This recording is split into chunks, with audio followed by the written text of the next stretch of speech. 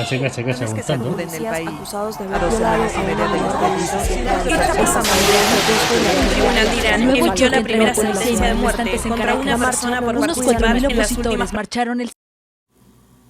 En un mundo lleno de desafíos y adversidades, hay quienes creen que la esperanza puede ser una fuerza poderosa para impulsar una revolución positiva. La esperanza es un sentimiento profundo que puede inspirar a las personas a luchar por un futuro mejor. En momentos de desigualdad, injusticia y opresión, la esperanza puede ser un motor para el cambio social.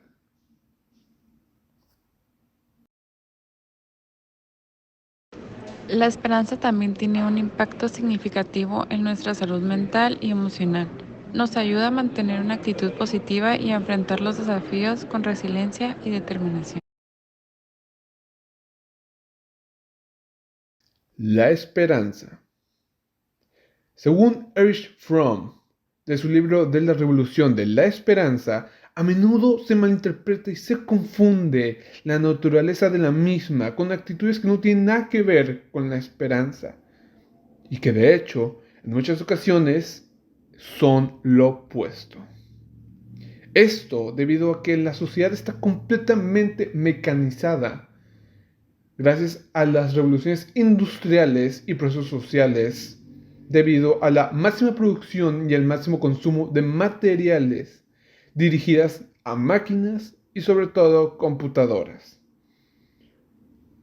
Debido a estos procesos sociales, el hombre a sí mismo, que a pesar de que está bien alimentado y divertido, posee actitudes pasivas, apagados y poco sentimentales, siendo transformado en una parte de la maquinaria total.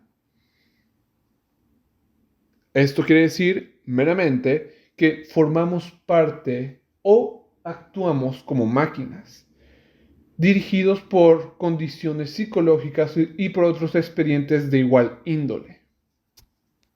Y que a pesar de que se podría considerar como una victoria de la nueva sociedad, se ha promovido el individualismo y la privacidad desaparecerán. Debido a esto, existen desequilibrios en el sistema social, o, como el autor menciona, el sistema del hombre, que, aparte del sistema socioeconómico, esto hace referencia a que no hay un sano sistema o un bienestar óptimo para el ser humano, generando una creciente insatisfacción en la vida actual de las personas y en su forma de vida, generando una pasividad y su silencio, aburrimiento, abolición de la vida privada y su despersonalización sobre todo, generando una ansia de una existencia dichosa y significativa, siendo esto en muchas ocasiones lo que hace que el ser humano, de tener una esperanza consciente, genere una inconsciente. Gracias a esa pérdida del atractivo sobre conceptos e ideologías de clichés tradicionales como izquierda y derecha, o comunismo y capitalismo, que han perdido su significado, según el autor menciona. Y sobre todo que los individuos ahora buscan una nueva orientación, una nueva filosofía que le da prioridad a la vida, tanto física y en ocasiones espiritual, y no le da prioridad a la muerte. Los individuos coinciden esperanza, pero no es dado a actuar de acuerdo con el impulso de su corazón. Y de aquí viene lo que no es esperanza, que es aquella esperanza pasiva, que es una forma disfrazada de desesperanza y de impotencia que los seres humanos llegamos a manifestar durante nuestra vida. Según el patrón social, el hombre de éxito no tiene miedo ni se siente solo o aburrido, pues nuestra cultura está impregnada de actividad en el sentido de estar ocupado, y la mayoría de las personas son tan activas que no soportan estar sin hacer nada, llamando a esto un tiempo libre, otra forma de actividad, lo cual, en mi opinión, es correcto, porque hoy en día las personas siempre están tan ocupadas con diferentes actividades que tienen a lo largo de su día que al final el tener tiempo para para ellos mismos o para pasarlo con sus familiares lo llaman un tiempo libre. La esperanza es un elemento esencial de la estructura de la vida porque se encuentra ligada con la fe. La fe, al igual que la esperanza, no predice el futuro, sino la visión del presente. Algunas relaciones humanas, al tener fe en una persona, significa estar seguro de su centro, de que son sus actitudes fundamentales y permanecerán y no cambiarán. Y esto suele ponerse en las relaciones amorosas o humanas con la sociedad. También los seres humanos tenemos la capacidad de resistir la tentación de comprometer la esperanza y la fe, y eso se le llama la fortaleza. Y esto es la capacidad de decir no cuando el mundo querría oír un sí.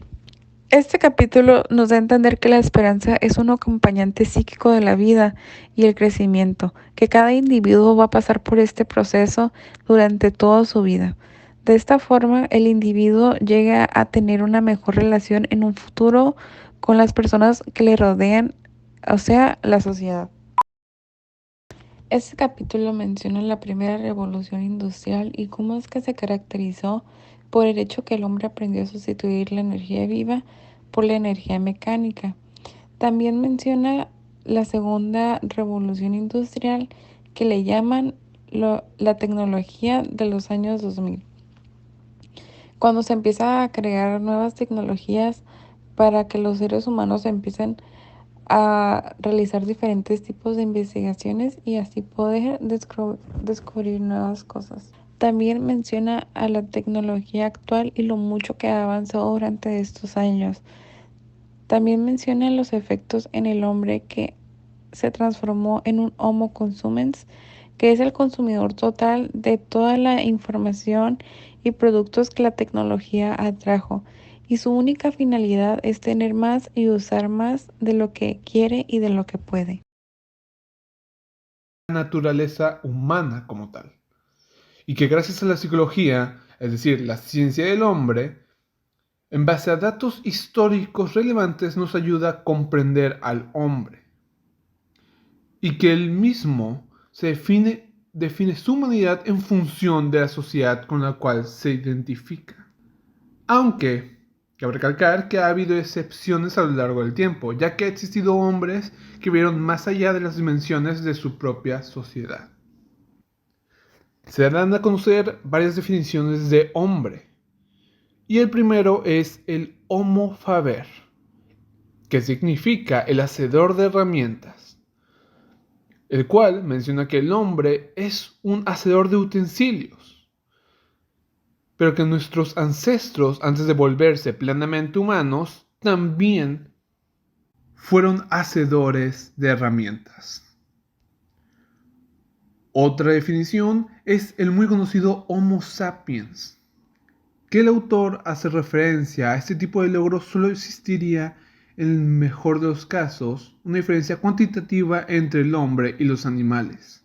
Y con referirnos a sapiens quiere decir el conocer el sentido del pensamiento que trata de comprender los fenómenos.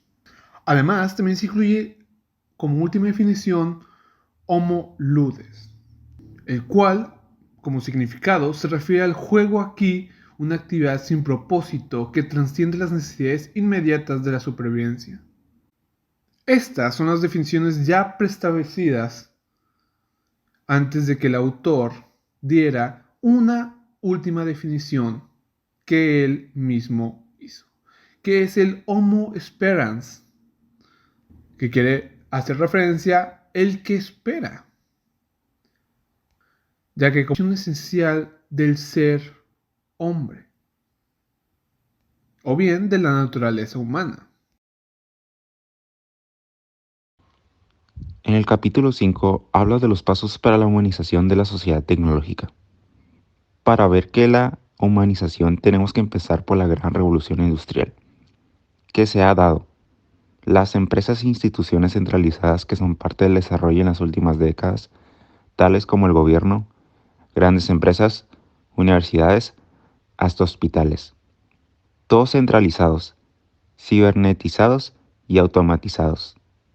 Aparte de tres elementos importantes, hay uno mucho más importante aún. El hombre a la sociedad lo ve como un elemento importante, pero pasivo o aburrido, porque está convencido que puede manejar al mundo, con todos sus alcances, y no se da cuenta que pone en peligro su salud mental.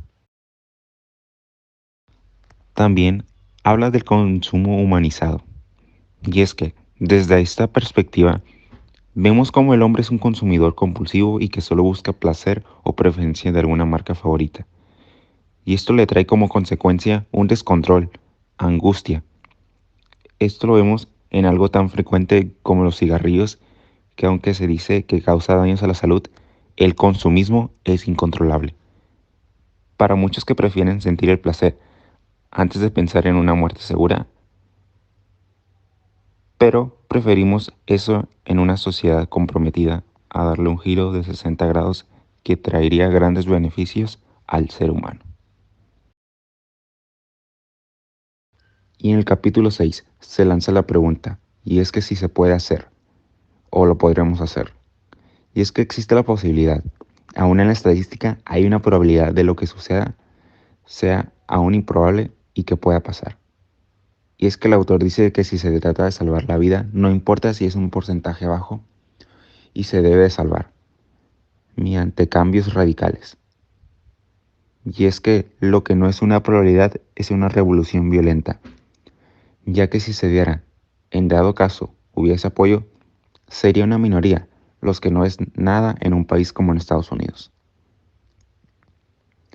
Al igual que crear una revolución causaría miedo en las personas, a que todo se paralice. Pero si se diera a conocer que la revolución no se trata de un derrocamiento industrial, sino en un cambio más humanizado, uno donde seguiríamos avanzando y aportando gran parte de un avance de los servicios públicos, entonces no se tendría miedo. Pero hay personas que son claves en estas humanizaciones. Este cambio, ya que la gran mayoría de empresas, tecnologías, están a cargo de estas profesiones científicas, etc. Entonces, los estudiantes podrán ser influencia para desarrollar y ser los precursores de un cambio positivo en la industrialización tecnológica. Y estas ideas son progresistas, ya que se refiere a un tipo de idea como en el siglo XIX, donde existían los intelectuales, los pensadores y los promotores de nuevas ideas que traían un cambio positivo en la humanidad. Pero el día de hoy, las ideas se han limitado meramente en consumo e industrialización, producción, mas no es un interés humanista. Ideas que activen al hombre y no lo hagan dormir, una idea iluminadora y trascendental. Como lo es promover. Una vez que se tengan esas buenas ideas, se deben promover. No debemos ignorar la influencia de la publicidad, ya sea de forma pasiva, masiva o de una clase en específico. Y las influencias de los hijos, ya que hay todavía otro factor importante, la relación de los jóvenes con sus padres. Repetidas veces ha sucedido en años recientes que los jóvenes de 12 a 20 años han sido obligados a sus padres a discutir sus propias dudas sobre la sinceridad de lo que se pregona o sobre el sentido de lo que se hace, y un gran número de padres de familia han sido influidos por sus hijos. Y es que los cambios revolucionarios que se necesitan para humanizar la sociedad tecnológica significa nada más que salvar la destrucción material, la deshumanización y la locura que debe ocurrir en todas las esferas de la vida: la economía, la social, la política y la cultural. Y deben hacerlo simultáneamente. Y la modificación del patrón de la producción y del consumo de tal manera que la actividad económica llegue a ser un medio para que el hombre crezca y se desarrolle, en oposición al actual sistema enajenante en la que se conforma el hombre, de modo que se halla al servicio de los principios de la máxima producción y de la efectividad técnica, como finalidad de la creación de un nuevo hombre cuya meta en la vida sea ser y no tener y usar. Este hombre nuevo aspirará al pleno despliegue de sus poderes de amar y razonar.